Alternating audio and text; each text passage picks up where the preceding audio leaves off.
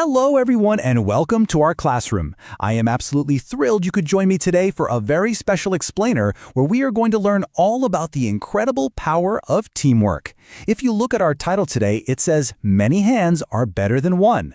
And you know what? That is exactly what we're going to explore. We're going to discover how working together can make our lives easier, a whole lot more fun, and just so much better. So, let's take a quick peek at today's lesson plan. First up, welcome to our classroom. 2. The magic of diverse skills. 3. Teamwork in daily life. 4. Communities working together. 5. A special story time featuring the 4 sons. And finally, number 6, let's work together now. Okay, let's dive right into this with Section 1. Welcome to our classroom, where we'll be understanding cooperation. Let me ask you a really simple question. Have you ever actually tried to lift a super heavy wooden table all by yourself? Go on, just imagine trying to do it. It becomes very, very difficult, right? I mean, it might not even budge. But what happens when you have, say, 3 or 4 friends come over to help you lift it? Suddenly, the work becomes much easier and much faster. And that simple idea teaches us one of the most important values in life. Let's look at another pretty cool example right here in our own classroom. Imagine if I asked just one single student to stay after the bell to clean the entire room. They'd have to wipe the boards, sweep the floor, and straighten up all the desks. Well, that would probably take them an entire hour. But if 20 of you, our wonderful students, pitch in and clean together, the classroom can be sparkling clean in just 5 short minutes. Group chores don't just keep our classroom tidy, they make the work so much easier for everyone so nobody gets too tired out. And that brings us to a very, very important word we need to learn today: cooperation. Cooperation simply means helping each other to achieve a common goal. It's like a secret ingredient that turns a really hard job into a fast, fun activity. Basically, when we cooperate, everybody wins. Now, what's really interesting about this next slide is part 2, the magic of diverse skills. We are truly better together. You see, working together isn't just about having more hands to do the heavy lifting. It's actually about having different kinds of hands. Think about it. Every single person in our classroom has entirely different skills. Maybe you are absolutely amazing at planning a project, while your best friend is fantastic at drawing the pictures. Another student might be great at organizing all the materials, and someone else might be brilliant at solving tricky problems when things go wrong. When we combine all these diverse, individual skills, the final result is so much stronger, way more creative, and just better than anything we could have made all by ourselves. Let's transition smoothly over to Section 3, Teamwork in Daily Life. We'll look at everything from your home to the playground. Let's think about your family at home for a second. Parents and children are actually cooperating every single day to make a happy home. Your parents might go to work, cook dinner, and take care of you. But hey, you have an incredibly important job too. You can help by doing small household tasks like keeping your room neat and tidy, or maybe setting the table before dinner. When children help their parents out like this, the whole family feels happy and peaceful. That is real teamwork in action, right inside your own house. All right, are you ready for some fun? Because I have a very special number for you today, and that number is 3. We are going to look at 3 incredibly fun games that you probably already play, which absolutely require great teamwork. Take a look at these fun teamwork games: football, cricket, and basketball. Do you love playing these during recess?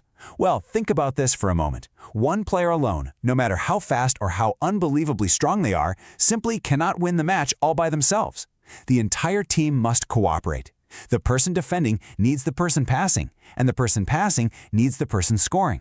Every single player has a special role, and victory only comes when everyone works together as a team.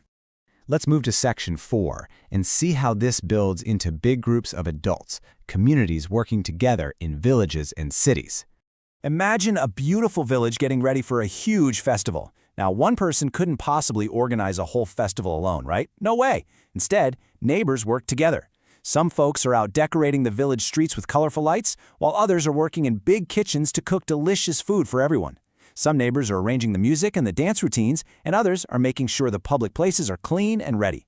Because everyone pitches in and helps their neighbors, the festival is joyful and a massive success.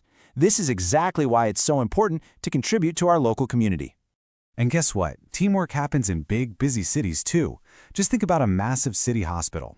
A hospital simply cannot run with only one doctor. It relies entirely on cooperation to heal patients.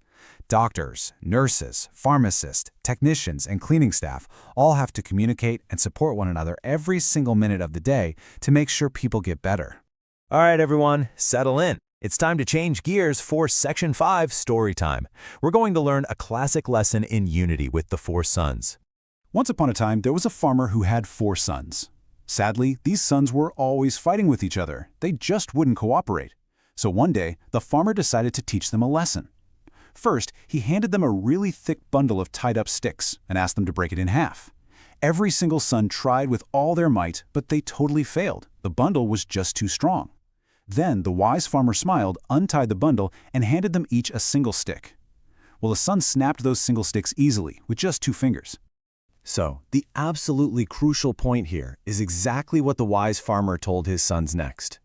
If you stay united, no one can harm you, but if you fight, you will become weak.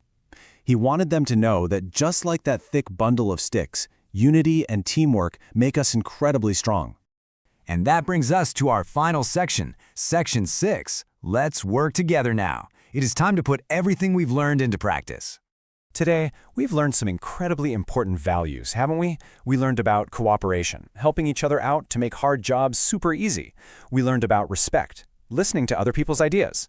We learned responsibility, doing our fair share of the work. We learned patience, waiting for our turn. And above all, we learned unity. These are the values that don't just help you do well in school, they actually help you become wonderful neighbors who build a strong, peaceful community together. So here is your special class project for today's explainer. I want you to get into small groups right now and work together on a group science project.